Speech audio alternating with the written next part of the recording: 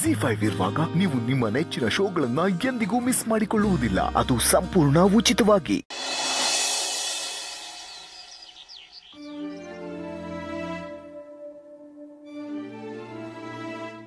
ಪೂರ್ಣೆ ಪೂರ್ಣೆ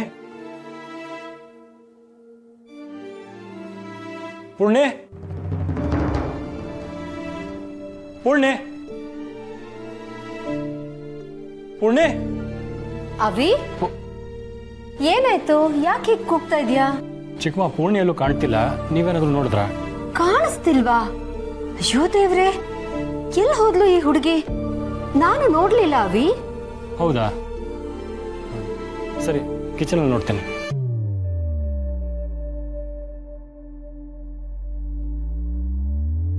ಪೂರ್ಣೆ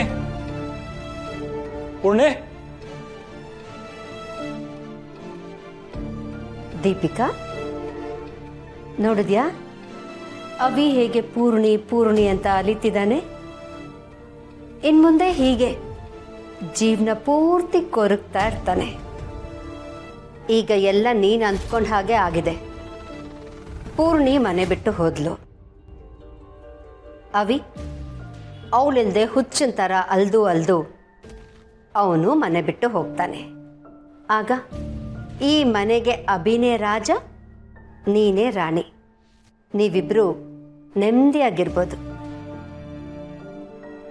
ಅತ್ತೆ, ಅಲ್ಲಿ ನೋಡಿ.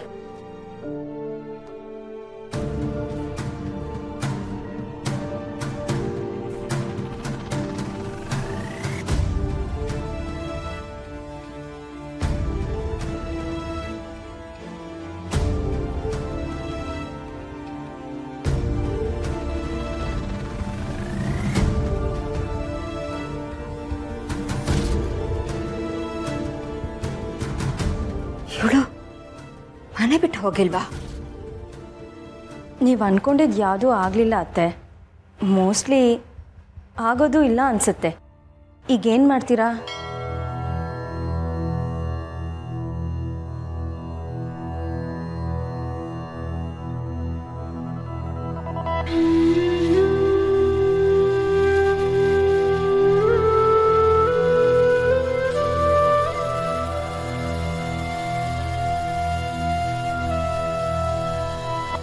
ಪೂರ್ಣೆ, ನೀನು ಇಲ್ಲಿದ್ಯಾ?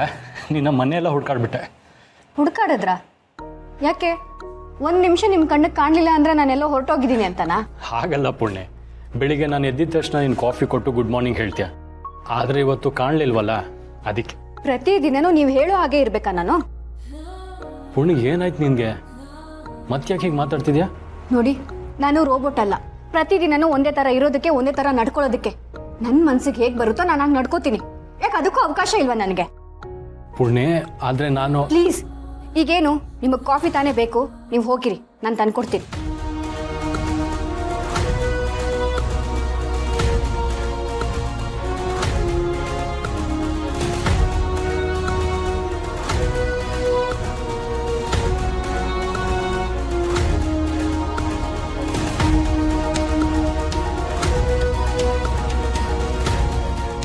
ಏನು ಅವಿಯವ್ರ ಜೊತೆಲಿ ಜಗಳ ಆಡ್ತಿದ್ಯಾ?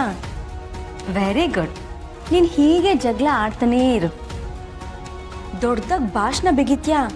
ಮನೆ ಸಂತೋಷ ಮುಖ್ಯ, ಮನೇಲಿ ನೆಮ್ಮದಿ ಇರಬೇಕು ಅಂತ. ಈಗ ನೀನು ಮಾಡ್ತಿರೋದೇನು?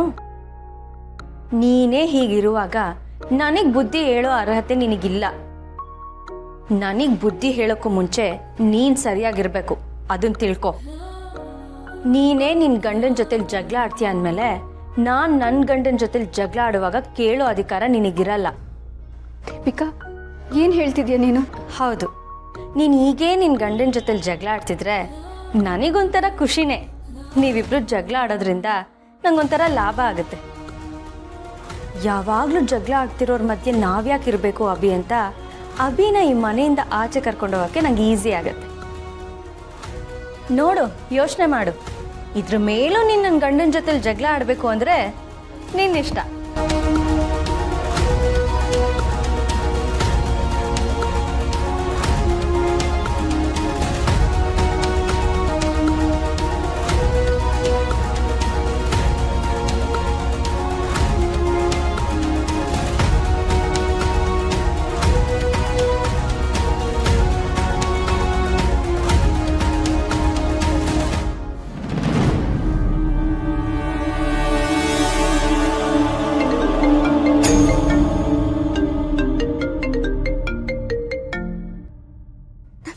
ಬಿಟ್ಟು ಹೋಗಿಲ್ಲ ಅನ್ನೋದು ಇವಳು ಗೊತ್ತಾಗಿದ್ಯಾ? ಏನು ಹೇಳಲಿ, ಹೀಗೇನು ಮಾಡಲಿ?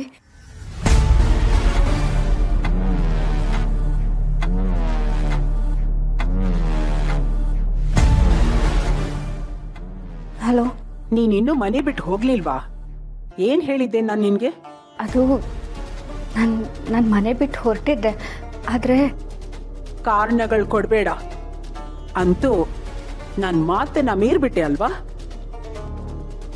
ನನ್ನ ಮಾತನ್ನ ಮೀರಿದ್ರೆ ಏನಾಗತ್ತೆ ಅನ್ನೋದು ನಿನ್ಗೀಗಾಗಲೇ ಗೊತ್ತಾಗಿದೆ. ಆದರೂ ಅಷ್ಟು ಧೈರ್ಯ ಮಾಡಿದ್ಯಾ ಅಂದಮೇಲೆ ಇದ್ರ ಪರಿಣಾಮನ ನೀನು ಅನುಭವಿಸಲೇಬೇಕು. ಈ ಮನೆಯಲ್ಲಿ ಒಂದೊಂದು ಜೀವಗಳು ಹೇಗೆ ಹೋಗತ್ತೆ ಅಂತ ನೋಡ್ತಿರು. ಇಲ್ಲ, ಹಾಗೆಲ್ಲ ಹೇಳಬೇಡಿ. ದಯವಿಟ್ಟು ಮನೆಯವ್ರಿಗೆ ಯಾವ ತೊಂದರೆನೂ ಕೊಡಬೇಡಿ. ನಾನು ಮನೆ ಬಿಟ್ಟು ಹೋಗಬೇಕು ಅಂತಾನೆ ಇದ್ದೆ, ಆದರೆ ಈ ಮನೆ ಬಿಟ್ಟು ಬದುಕೋ ಶಕ್ತಿ ನನಗಿಲ್ಲ. ಹಾಗಿದ್ರೆ ತುಳಸಿನ ಅವಳ ಮಗುನ ಬಿಟ್ಟು ಬದುಕಬಹುದಲ್ವಾ? ಅವರಿಬ್ಬರನ್ನೇ ಕೊನೆ ಮಾಡಿಬಿಟ್ರೆ? ಅಯ್ಯೋ, ಅಂತ ಮಾತು ಮಾತ್ರ ಹೇಳ್ಬೇಡಿ. ಕೈ ಮುಗಿತೀನಿ. ಇನ್ಮೇಲೆ ನೀವು ಹೇಳ್ದಂಗೆ ನಾನು ಕೇಳ್ತೀನಿ. ದಯವಿಟ್ಟು ಅವ್ರಿಗೆ ಮಾತ್ರ ಯಾವ ತೊಂದರೆನೂ ಕೊಡಬೇಡಿ. ಸರಿ, ನಿನ್ಗಿನ್ನೊಂದು ಅವಕಾಶ ಕೊಡ್ತೀನಿ. ಈ ಸಾರಿ ನೀನೇನಾದ್ರೂ ನನ್ನ ಮಾತನ್ನ ತಪ್ಪದ್ಯೋ? ಇಲ್ಲ, ಹಾಗಾಗಲ್ಲ. ನಾನೇನು ಮಾಡಬೇಕು ಅಂತ ಹೇಳಿ. ಈ ಮನೆ ನೆಮ್ಮದಿನ ಹಾಳು ಮಾಡಬೇಕು. ನೀನ್ ನಡ್ಕೊಳ್ಳೋ ರೀತಿಯಿಂದ ನಿನ್ ಗಂಡನ್ಗೆ ನಿನ್ ಮೇಲ್ ಬೇಸರ ಆಗ್ಬೇಕು.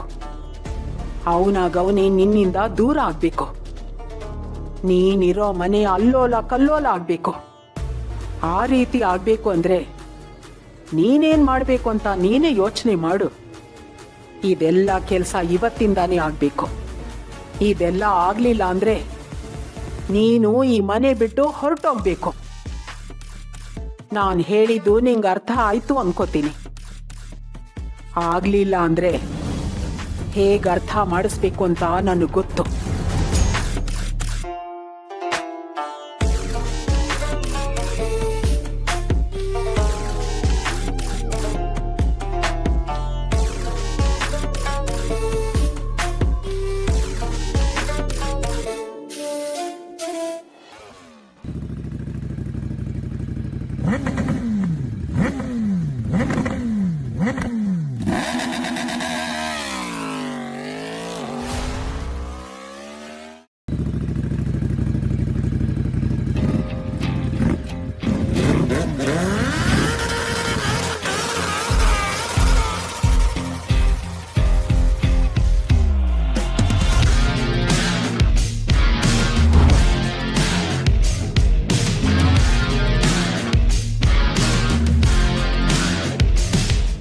ZEE5 ಆಪ್ ಡೌನ್ಲೋಡ್ ಮಾಡಿ ಎಲ್ಲಾ ಸಂಚಿಕೆಗಳನ್ನು ಸಂಪೂರ್ಣ ಉಚಿತವಾಗಿ ನೋಡಿ.